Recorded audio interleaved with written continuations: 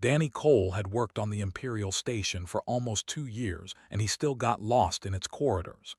The station was massive beyond anything humans had ever built.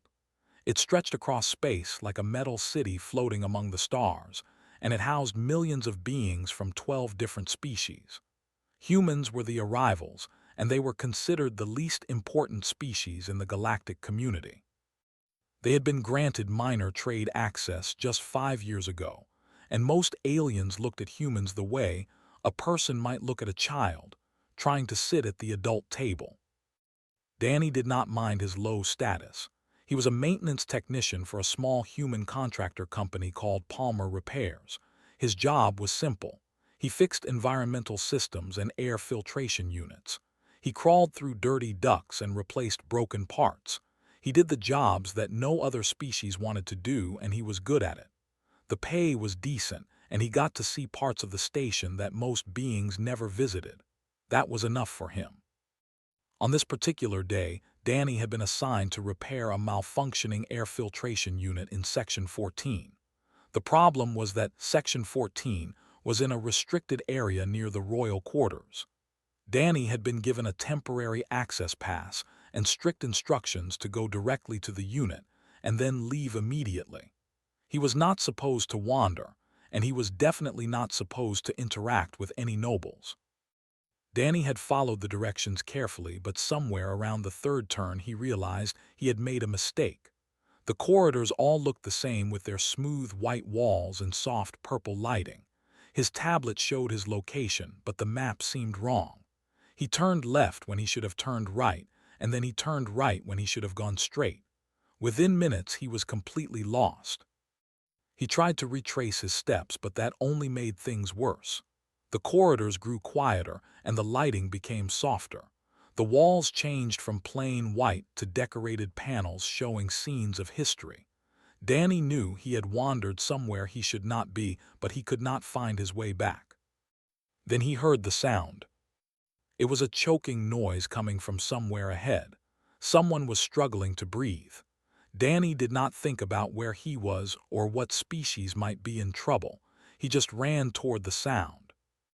He pushed through a doorway and found himself in a garden unlike anything he had ever seen. Strange flowers bloomed in colors that had no names in human language. Trees with silver leaves reached toward an artificial sky painted with soft clouds. A small stream ran through the center of the garden, and beside it, a woman was on her knees clutching her throat. There were tall and elegant beings with pale blue skin and large dark eyes. They moved with grace that made humans look clumsy by comparison. This woman wore flowing robes of deep purple and gold, and her long silver hair was decorated with tiny gems. But none of that mattered to Danny. All he saw was someone who could not breathe. He rushed to her side and dropped to his knees beside her. Her face was turning a darker shade of blue, and her eyes were wide with panic. Danny could see her throat was blocked by something. He did not know anatomy, but he knew that choking was choking regardless of species. He moved behind her and wrapped his arms around her midsection. He made a fist with one hand and covered it with the other just below her ribs. Then he pulled inward and upward with a sharp thrust. Nothing happened.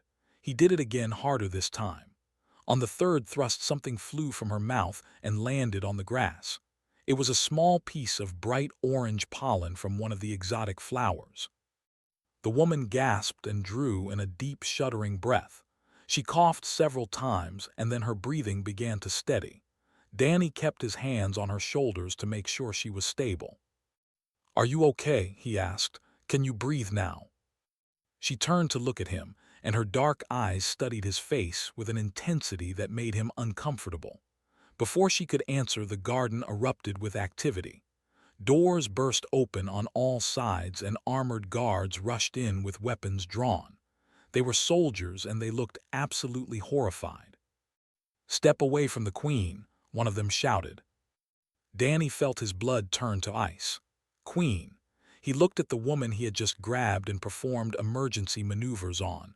Her robes, her jewelry, the private garden, it all made terrible sense now. This was Queen, supreme ruler of the empire. a civilization that spanned 40 star systems. She was over 3,000 years old and she was considered almost divine by her people. And Danny had just put his hands on her without permission. He released her immediately and scrambled backward with his hands raised. The guards surrounded him in seconds. Several of them pointed weapons at his chest while others helped the queen to her feet. Danny could see his entire life flashing before his eyes. He had heard stories about what happened to people who violated royal protocol. None of those stories had happy endings. "I am sorry," Danny said quickly. "I did not know who she was. She was choking. I just wanted to help. Please, I did not mean any disrespect." The guards were not listening. One of them grabbed Danny's arm and forced him to his knees. Another pressed a weapon against the back of his head. Danny closed his eyes and waited for the end. "Stop!" The single word cut through the chaos like a blade. Everyone froze. Danny opened his eyes and saw that Queen had raised one hand. The guards holding him went completely still. The Queen walked toward Danny with slow, measured steps. Her breathing was still slightly uneven from her ordeal, but her composure had returned completely. She stopped directly in front of him and looked down at his kneeling form. Her expression was impossible to read. Danny had never felt so small in his entire life. Here he was a maintenance worker from Earth kneeling before a being who ruled an empire. He had touched her without permission. He had grabbed her body and squeezed her midsection. By law, he had committed an unforgivable crime. The Queen studied him for a long moment. Then she did something that made every guard in the garden gasp with shock. She spoke directly to him. "What is your name, human?" she asked. Danny swallowed hard. In 3,000 years of rule, Queen had never spoken directly to a commoner. She communicated through advisors and priests and noble intermediaries. For her to address someone like Danny was unprecedented. "Danny Cole," he managed to say, "I fix air filters." The Queen tilted her head slightly as if considering his words. Her dark eyes never left his face. Something passed across her expression. It might have been curiosity, or it might have been something else entirely. "Danny Cole, who fixes air filters," she said slowly. "You and I have much to discuss."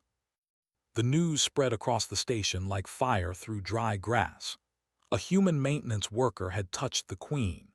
Within hours, every species on the Imperial Station knew the name Danny Cole, and most of them expected him to be dead by morning. Ambassador Long was packing back and forth in her office at the human embassy. She was a tall woman in her 50s with gray streaked hair and the tired eyes of someone who had spent decades navigating impossible diplomatic situations. But this situation was beyond anything she had ever faced. "How did this happen?" she demanded for the 10th time. "How did a maintenance worker end up in the royal gardens?" Her assistant had no answers. Nobody had answers. All they knew was that Danny Cole had been taken into custody and the Queen had requested a formal audience the next morning. That request was itself unusual. Normally, when someone violated royal protocol, they simply disappeared. The fact that Danny was still alive suggested something strange was happening. In a small holding cell near the royal quarters, Danny sat on a narrow bench and stared at the floor. He had not slept. He had not eaten. He just kept replaying the moment over and over in his mind. The Queen choking on the ground. His instinct to help. The feel of his arms around her as he performed the maneuver that saved her life. And then the guards and the weapons and the certainty that he was about to die. But he had not died. The Queen had stopped them with a single word. She had spoken to him directly. And now he was waiting to find out what that meant. The next morning, Danny was escorted to the royal audience chamber by a dozen guards. The chamber was the largest room he had ever seen. Its ceiling disappeared into darkness high above, and its walls were lined with thousands of seats filled with nobles and dignitaries from other species. At the far end of the chamber, a massive throne sat on an elevated platform, and on that throne sat Queen. Danny was led to the center of the chamber floor. He felt like an insect under a magnifying glass. Thousands of eyes watched him. Thousands of beings whispered about him. He was just a guy who fixed air filters, and now he was standing in the most important room in the Empire. Ambassador Long was already there with her diplomatic team. She looked pale and worried. When Danny approached, she gave him a small nod but said nothing. There was nothing to say. They both knew this could end very badly. A tall priest stepped forward. His robes were white and covered with golden symbols. His face was stern and disapproving. The human known as Danny Cole stands accused of violating the sacred person of Queen, the priest announced. His voice echoed through the chamber. By our ancient laws, this crime is punishable by death. Ambassador Long, do you speak for this human? Long stepped forward and bowed deeply. I do, High Priest. On behalf of humanity, I offer our deepest apologies for this incident. We are prepared to offer whatever reparations the Empire demands. We ask only for mercy. High Priest looked disgusted. Mercy for one who touched our divine queen. There can be no mercy for such a crime. The chamber erupted in murmurs of agreement. Danny felt his heart sink. This was it. He was going to die on an alien space station millions of miles from home because he had tried to save someone who was choking. Then Queen raised her hand, and the entire chamber fell silent. High Priest speaks of our ancient laws, the Queen said. Her voice was calm and clear. But he speaks only of laws that punish. There are other laws, older laws, laws that even I must obey. The priest's face twisted with confusion. My queen, I do not understand. The oath of the preserved, Queen said. A gasp went through the chamber. Danny had no idea what those words meant, but clearly everyone else did. Even Ambassador Long looked shocked. The oath of the preserved states that anyone who saves the life of royalty becomes bound to them by sacred debt, the Queen continued. But the debt is not owed by the Savior. The debt is owed by the royal whose life was saved. High Priest's face went pale. My Queen, surely you cannot mean to invoke such an ancient law for a human. I can and I do, Queen replied. Yesterday I was dying. My throat was blocked by toxic pollen from a sacred flower. I could not breathe. I could not call for help. I was alone in my garden and I was going to die. This human found me. He did not know who I was. He did not care who I was. He simply saw someone in need and he acted to save my life. She stood from her throne and the entire chamber held its breath. Queens did not stand when addressing commoners. Queens did not rise for anyone. By the oath of the preserved, I declare myself in debt to Danny Cole of Earth. His life is bound to mine and mine to his. He shall be protected by my power and honored by my house. Any who harm him harm me. Any who insult him insult my throne. The chamber exploded into chaos. Nobles shouted in protest. Dignitaries from other species stared in disbelief. High Priest fell to his knees with his face twisted in anguish. This is madness, cried.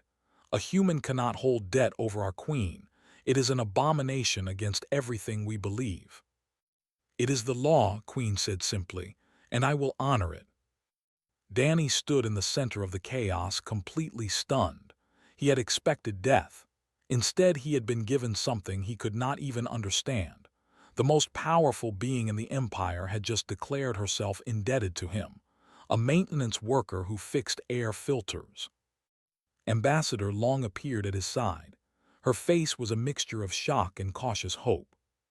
Do you understand what just happened? She whispered. No, Danny admitted. Neither do I, she replied, but I think everything just changed. After the audience, Danny was moved to new quarters near the royal section of the station. His small room in the human sector was replaced by a suite larger than his entire apartment back on Earth. He had servants now. He had guards. He had a direct communication line to the Queen's personal staff.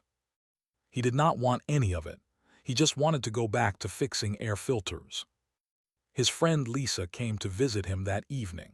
She was a fellow maintenance worker, and the closest thing Danny had to family on the station. She looked around his new quarters with wide eyes. "Danny, this is incredible," she said. "You saved the Queen's life. You are famous now." "I did not want to be famous," Danny replied. "I just wanted to help someone who was choking." Lisa shook her head. "That is exactly why this happened. You did not think about who she was or what it might cost you. You just helped. That is what makes you different." Danny did not feel different. He felt confused and scared and very far from home. But far across the station, in the shadowy chambers of a rival power, others were watching these events with very different intentions. The Dominion had long sought to weaken the Empire, and now through this one confused human they saw an opportunity they could not ignore. 3 weeks had passed since the royal audience, and Danny Cole still could not get used to his new life. He tried to return to his normal routine. He requested permission to go back to work for Palmer Repairs. He wanted to fix air filters and crawl through maintenance ducts and be invisible again. But invisibility was no longer possible. Everywhere he went, aliens stared at him. Some looked at him with curiosity. Others looked at him with resentment. A few looked at him with something that might have been respect. He was the human who held debt over a queen. He was either a miracle or a scandal, depending on who you asked. The Queen summoned him to her private quarters twice a week for conversation. At first, Danny had been terrified of these meetings. He had no idea what to say to a being who was 3,000 years old and ruled an empire. But Queen made it easy. She did not want to discuss politics or trade agreements or galactic affairs. She wanted to talk about humans. "Tell me about your world," she said during one of their meetings. They were sitting in her garden, the same garden where Danny had saved her life. The toxic flower had been removed. "Earth is not very impressive compared to your empire," Danny replied. "We have one planet. We have only been in space for about 200 years. We are still learning." "I am not asking about your technology," the Queen said. "I am asking about your people. How do you live? What do you believe? What matters to you?" Danny thought about the question. "I guess we believe in helping each other. When someone is in trouble, you help them. When someone needs food, you feed them. When someone is hurt, you try to heal them. That is how we survive." The Queen was silent for a long moment. "Among my people, every action has a calculated exchange. If I give you something, I expect something in return. The value must be equal. The debt must be balanced. We do not give without expectation." "That sounds exhausting," Danny said honestly. A small smile crossed the Queen's face. "Perhaps it is. Tell me, Danny Cole, when you found me choking in this garden, what did you expect in return for saving my life?" Danny shrugged. "Nothing. I did not think about it. I just saw someone dying and I wanted to help." "You did not check my status first. You did not consider what I might offer you." "No, there was no time for that. And even if there had been time, I would not have cared. A life is a life." Queen looked at him with those dark, unreadable eyes. "This concept is very strange to us. The idea of helping without calculation, of giving without expectation. We have a word for it in our language, but it is considered a childish notion, something to be. We call it kindness," Danny said, "or sometimes just being a decent person." The Queen nodded slowly. "Perhaps my people have forgotten how to be decent persons." These conversations continued over the following weeks. Danny found himself looking forward to them despite his initial fears.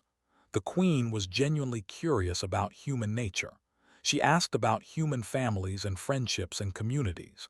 She asked about human heroes and their stories. She asked why humans ran into burning buildings to save strangers and why they donated blood for people they would never meet. Danny answered as best he could. He was not a philosopher or a scholar. He was just a maintenance worker from Ohio. But somehow his simple, honest answers seemed to affect the Queen in ways he did not fully understand. Meanwhile, danger was gathering in the shadows.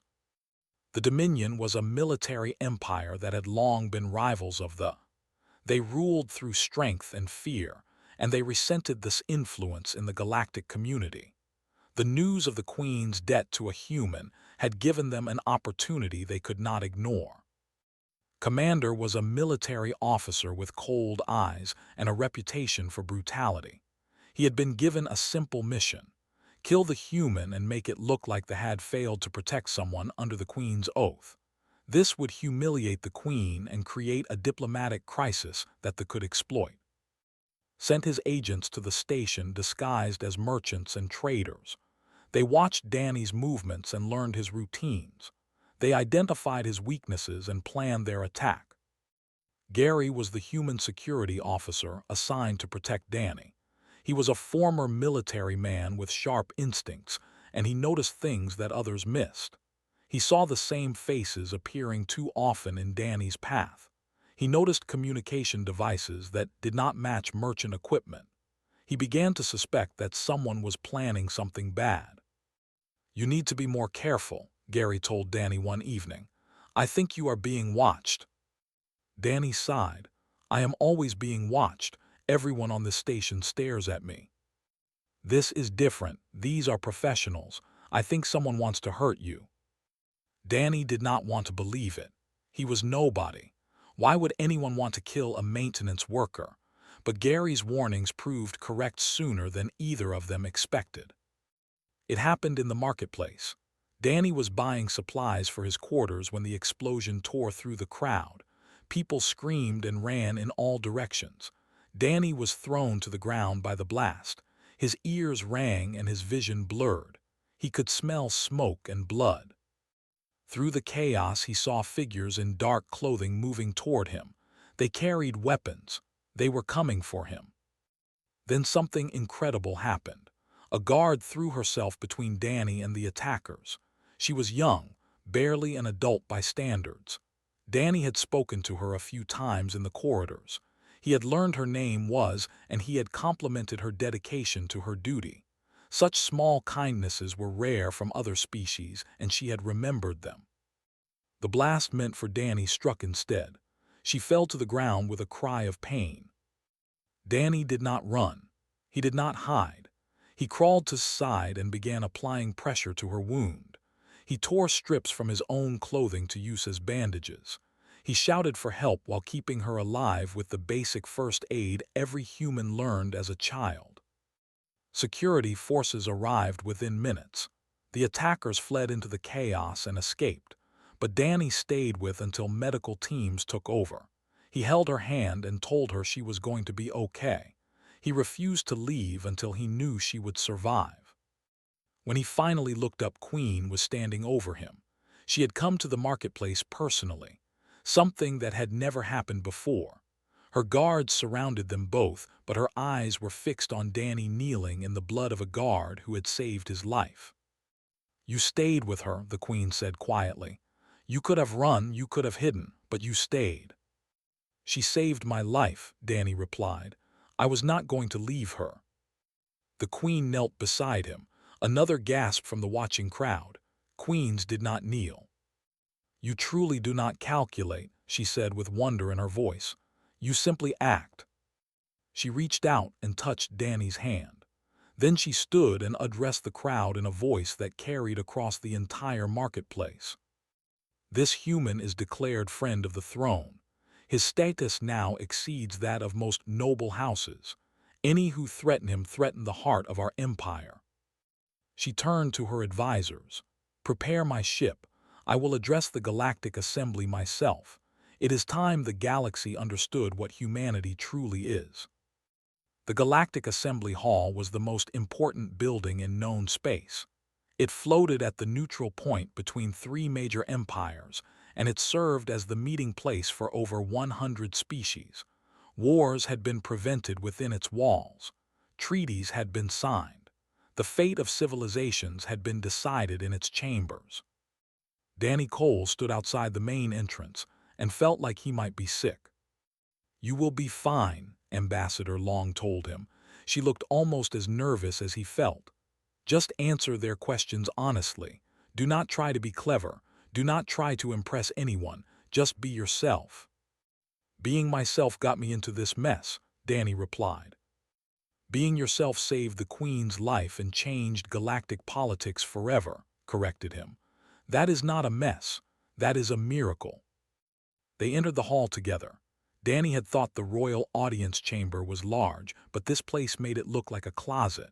The chamber stretched in all directions with seats rising up toward a ceiling that seemed miles away. Beings of every shape and size filled those seats. Some had scales. Some had feathers. Some had tentacles or wings or bodies made of living crystal. They all turned to look at the human who walked among them. Grand Arbiter presided over the assembly from a floating platform at the center of the chamber. Was ancient beyond counting. Their species had been traveling the stars when humans were still living in caves. They had seen empires rise and fall like waves on a shore. Their job was to maintain order and neutrality in the assembly. This session is called to address the matter of Queen and the human known as Danny Cole, announced. Their voice somehow reached every corner of the vast chamber without amplification. The Dominion has requested formal discussion of recent events. Ambassador of the Dominion rose from his seat. He was a tall reptilian being with dark green scales and eyes like yellow flames. His voice dripped with contempt. The Dominion believes this situation is a manipulation, declared. The humans are a young and cunning species. They engineered this event to gain power and influence. We demand that the human be interrogated to reveal the truth of this conspiracy. Murmurs spread through the assembly. Many species were suspicious of humans. They were new. They were unknown. And now one of them had gained unprecedented access to one of the most powerful rulers in the galaxy. Grand Arbiter turned to Danny. The human will speak. Danny's legs felt like water as he walked to the center of the chamber floor. A spotlight followed him, making him feel even more exposed. He looked up at the thousands of faces watching him, and he wished more than anything that he was back in a maintenance duct fixing an air filter. "What do you wish to say?" asked.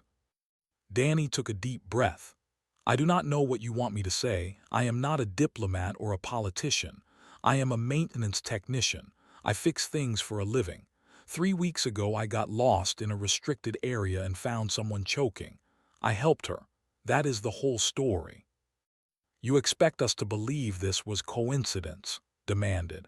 "You just happened to be in the royal gardens. You just happened to find the Queen." "I got lost," Danny said simply. "The corridors all looked the same. I took a wrong turn. I heard someone choking and I ran to help. I did not know who she was until the guards arrived." "Why did you not check her status before touching her?" another delegate asked. "Any rational being would assess the situation first." Danny shook his head. There was no time. She could not breathe. Every second mattered. And even if I had known she was the Queen, I would have done the same thing. Where I come from, you do not let someone die because of their status. You help them because they need help. "This is exactly what a manipulator would say," sneered. "Then I guess I am not very good at manipulation," Danny replied. "Because I have no idea what I am doing here. I did not want any of this. I just want to go back to work. I want to fix air filters and live a quiet life. But everyone keeps telling me that is not possible anymore." The assembly fell into uncertain silence. Danny's words were so simple, so honest. There was no cleverness in them, no hidden meaning, just the plain truth of a man who was in over his head and knew it. Then Queen rose from the delegation platform. The entire assembly went still. When a monarch of her stature stood, it meant something important was about to happen. She descended from the elevated platform and walked across the chamber floor toward Danny. Her robes trailed behind her like flowing water. Her presence filled the room. "I have ruled the Empire for 3,000 years, she said. Her voice was clear and strong. "In that time I have met countless beings, diplomats and warriors, scholars and kings. They all wanted something from me. They all calculated their words and actions to gain advantage. Every gesture was a negotiation. Every kindness was an investment." She stopped in front of Danny and looked at him with those dark, ancient eyes. This human wanted nothing from me. He did not know who I was. He did not care who I was. He saw a stranger dying, and he acted without thought of reward or consequence. He risked his own safety to save a life that meant nothing to him. She turned to address the assembly. We call ourselves the elder species. We believe our age gives us wisdom. But somewhere along the way we forgot something essential. We forgot that life has value beyond calculation. We forgot that kindness needs no reason. We forgot that the measure of a being is not what they take, but what they give. Queen looked at Danny one more time. Then she did something that would be remembered for as long as the galaxy existed. She knelt before him. The chamber exploded into chaos. Delegates screamed in shock. Guards rushed forward, then stopped, uncertain what to do. A queen of the empire was on her knees before a human maintenance worker. It was impossible. It was unthinkable, and yet it was happening. I kneel not in submission but in recognition, said loudly enough for all to hear. I recognize that this human possesses something my people have lost: true selflessness, true compassion, the ability to act for the good of others without expectation of return. She rose gracefully and faced the Grand Arbiter. I move that humanity be granted full membership in the Galactic Assembly. They have proven themselves worthy not through military power or technological achievement, but through the quality that matters most. They have proven themselves good. Ambassador sputtered with rage. This is madness. You cannot elevate an entire species based on the actions of one individual. Can I not? Queen replied calmly. Is that not exactly what you were trying to do in reverse? You sought to condemn all humans based on your suspicion of one. I choose to honor all humans based on the virtue of one. Grand Arbiter raised a hand for silence. A vote will be taken, all in favor of granting humanity full membership in the Galactic Assembly. Lights began appearing across the chamber, green lights for yes, red lights for no. Danny watched as the votes accumulated, more green than red, far more green than red. The motion passes, announced. Humanity is hereby granted full membership with all associated rights and privileges. Ambassador Long burst into tears. Her diplomatic team embraced each other in shock and joy. Across the galaxy, humans watching the broadcast cheered and celebrated. But Ambassador stormed toward the exit with his delegation following behind. The Dominion does not recognize this vote, he snarled. You will regret this decision. He swept out of the chamber, leaving behind a promise of consequences to come. Danny stood alone in the spotlight, feeling the weight of what had just happened. He had not asked for any of this. He had not wanted to change history. He had just helped someone who was choking. But sometimes that is how history changes. The attack came 3 days after the assembly vote. Danny was in his quarters when the alarm started screaming. Red lights flashed in every corridor. Announcements blared in a dozen languages warning of incoming hostile forces. The Dominion had sent a battle fleet to the station. Within minutes the station shook with the impact of weapons fire. Danny could hear explosions in the distance and the screams of panicked civilians. He had never been in a war zone before. He had never even seen real combat. But he knew he could not just hide in his room while people died. He grabbed his maintenance toolkit and headed into the chaos. The corridors were filled with beings running in every direction. Security forces were trying to organize evacuations, but there were too many people and not enough time. Danny saw guards directing traffic and soldiers in heavy armor pushing through the crowds. A group of soldiers had cornered a cluster of children from various species in a side corridor. The children were crying and huddled together while their adult guardians lay unconscious on the ground. The soldiers were arguing about what to do with them. Danny heard one of them suggest using the children as hostages. He did not think, he acted. Danny knew the station better than almost anyone. 2 years of maintenance work had taught him every shortcut and service tunnel and emergency system. He accessed a control panel on the wall and entered his override codes. The emergency bulkheads slammed down behind the soldiers, cutting them off from their reinforcements. Then he vented the atmosphere in the corridor just enough to make them dizzy without hurting the children. While the soldiers stumbled, Danny rushed forward and grabbed as many children as he could. He pulled them into a maintenance hatch and led them through the service tunnels. Behind him, he could hear the soldiers recovering and shouting orders. They would follow. He had to move fast. The tunnels were dark and cramped, but Danny knew them by heart. He led the frightened children through twists and turns that no invader could possibly navigate. He whispered encouragement to them. He told them they would be safe. He promised that everything would be okay, even though he was not sure he believed it himself. They emerged in a shelter deep in the station's core. Other civilians had gathered there along with a small group of security personnel.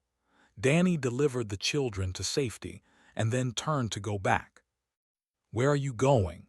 one of the security officers asked. "There might be more people who need help," Danny replied. He went back into the tunnels. For the next several hours, Danny moved through the station like a ghost. He used his knowledge of the maintenance systems to seal corridors and redirect enemy forces. He vented atmosphere in strategic locations to slow their advance. He opened hidden passages to help trapped civilians escape. He was not a soldier. He had no weapons, but he had something the enemy did not have. He knew this station and he knew how to keep people alive. Eventually, his luck ran out. Commander found him in a cargo bay near the station's outer hull. Danny had been trying to repair a damaged airlock to evacuate a group of wounded aliens. Stood in the doorway with a weapon pointed at Danny's chest and a cruel smile on his reptilian face. "So this is the famous human," said mockingly. "The one who brought a queen to her knees. You do not look like much." Danny slowly raised his hands. "I am not much. I am just a guy who fixes things. You have caused the Dominion a great deal of trouble. Because of you, the Assembly elevated humanity. Because of you, our plans were disrupted. And now, because of you, we had to start a war." "I did not start anything," Danny said. "I just helped someone who was choking." Laughed. It was an ugly sound. "That is what makes this so amusing. You are nothing, a maintenance worker, a nobody. And yet you somehow changed the course of galactic history. It proves how weak the other species have become. They kneel to a man who fixes air filters." "Maybe that is the point," Danny said quietly. "What?" Danny met's cold eyes without flinching. "You think strength is about weapons and armies and conquest. You think worth is measured by how much you can take from others. But you are wrong. The Queen did not kneel because I am powerful. She knelt because I did something your people have forgotten how to do. I helped someone without expecting anything in return." Smile faded, pretty words from a dead man. "Maybe," Danny agreed. "But even if you kill me, you will never understand why you lost today. The fight for power. The rest of us fight for each other. That is why you will always lose in the end." Raised his weapon, Danny closed his eyes. The blast never came. Instead, Danny heard the sound of weapons fire from behind. The commander spun around just as forces burst into the cargo bay. At their head was Queen herself, armed and armored like a warrior of ancient legend. She had come personally to find him. The battle was brief. Soldiers fell before the combined might of guards and security forces from a dozen other species. They had all come. The species that had voted for humanity in the Assembly. They had sent ships and soldiers to defend the station and the human who had shown them what selflessness looked like. Commander was captured alive. As guards dragged him away, he stared at Danny with hatred and confusion in his eyes. He still did not understand. The battle ended with defeat, their fleet under heavy fire from the combined forces of the Assembly species. The station was damaged but intact. Lives had been lost, but far fewer than expected thanks to the evacuation efforts. thanks in part to one maintenance worker who knew every tunnel and system on the station. A week later, Danny stood before the Galactic Assembly once more. This time he was not being questioned or judged. This time he was being honored. Queen addressed the gathered delegates. Danny Cole saved dozens of lives during the attack. He used his knowledge and skills to protect civilians of every species. He faced enemy soldiers with no weapons and no training. He risked everything for strangers. She turned to Danny. Once again, I offer you any reward within my power. Titles, wealth, planets, name it and it is yours. Danny looked out at the assembled delegates. He saw beings of every shape and size watching him with respect that he still did not feel he deserved. I would like to go back to work, he said. I am good at fixing things. I would like to keep doing that. The assembly fell silent. Then Grand Arbiter did something unprecedented. They began to applaud, slowly at first. Then others joined. Then more. Within moments, the entire Galactic Assembly was giving a standing ovation to a maintenance worker who just wanted to do his job. Danny returned to work the next day. He fixed air filters and repaired environmental systems and crawled through maintenance ducts just like before. But things were different now. When aliens passed him in the corridors, they nodded with respect. When he entered a room, beings of all species acknowledged him, not because of his title or his status, but because of who he was. One afternoon, a young girl approached him while he was working on a ventilation unit. She watched him with wide, curious eyes. "Are you the human who saved the Queen?" she asked. Danny smiled. "I am just a guy who fixes things." The girl tilted her head. "My mother says you are a hero." "Your mother is very kind." The girl was quiet for a moment. Then she said something that Danny would remember for the rest of his life. "When I grow up, I want to be like you. I want to help people without expecting anything back." Danny felt something warm spread through his chest. He knelt down so he was at eye level with the girl. "That is the best thing anyone has ever said to me," he told her honestly. She smiled and ran off to find her mother. Danny watched her go. Then he returned to his work. He was just a guy who fixed things. But sometimes that was exactly what the galaxy needed.